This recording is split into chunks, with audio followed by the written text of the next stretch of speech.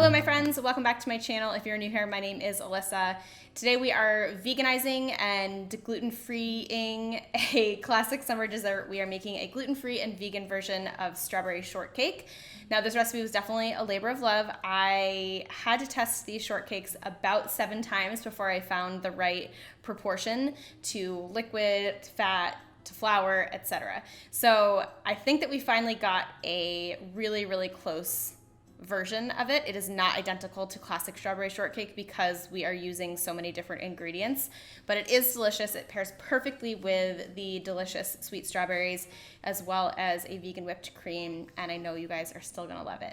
So if you are interested in making it and you wanna follow along, I have put the recipe up on the blog today, and it has our ingredient measurements as well as instructions that you can follow along to make it.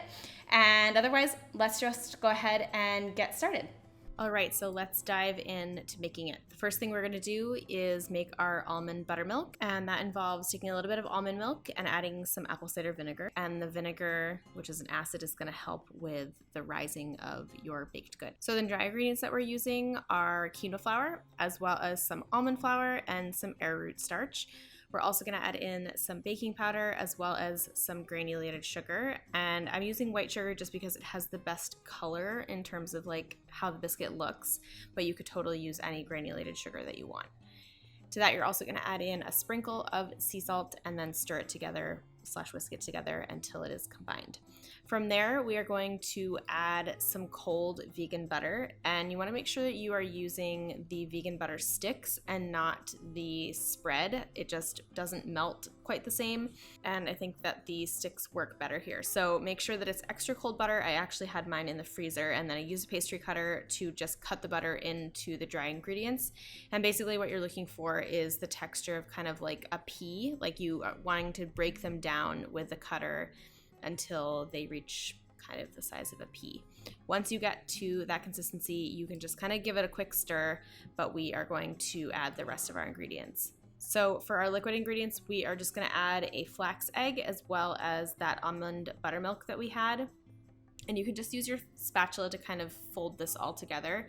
This is a wet batter, so this is not the kind of biscuit dough that you're going to roll out and cut. This is actually a drop biscuit dough. Once it is mixed together, you can use a ice cream scoop or cookie scoop to scoop it directly onto your parchment-lined baking sheet.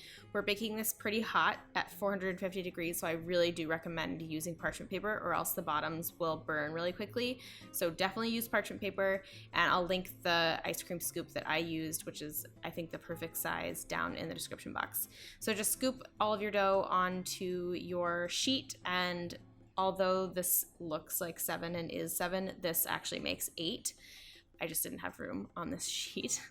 And you can just kind of shape them a little bit, but don't press them down. You don't want to flatten the middle. You can kind of like pull in the sides to make them more round, but the last thing that you're gonna want to do, if you want to, this is optional, is to brush them with a little bit of almond milk and sprinkle them with some raw sugar.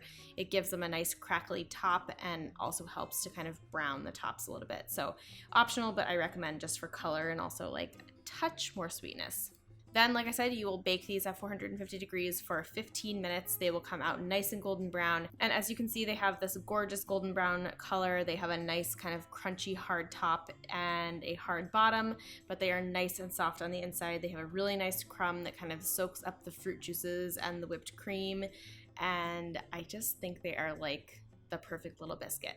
So once you are ready to serve them, your biscuits are cooled, you can transfer them onto a little plate, and I recommend slicing them in half. So just use a serrated knife like a bread knife to slice them in half.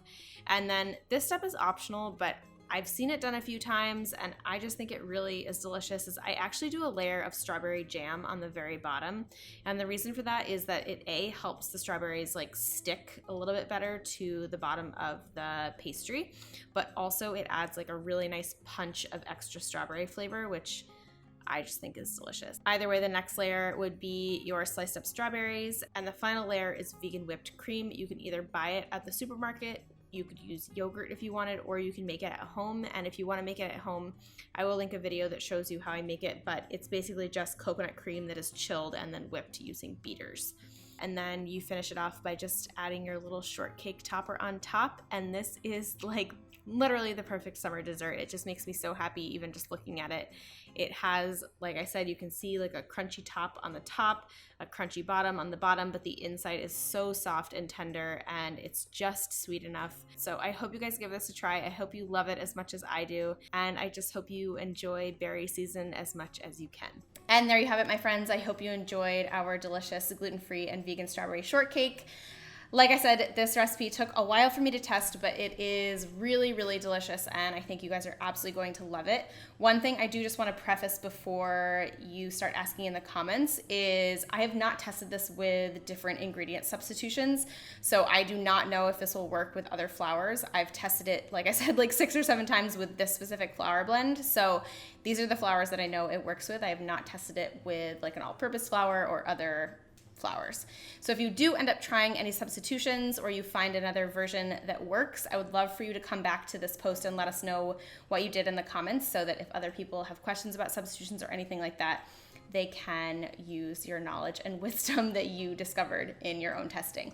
And like I said in the beginning, if you are interested in following along and making this recipe, it is up on the blog today. You can find that link right down below in the description box, and that is also followed by any specific products we used, ingredients, etc. So I really appreciate you guys being here today. If you did enjoy today's recipe and video, please give it a thumbs up. And if you have any recipe requests for the next couple months, please drop those down in the comments so I can be sure to add them onto my list.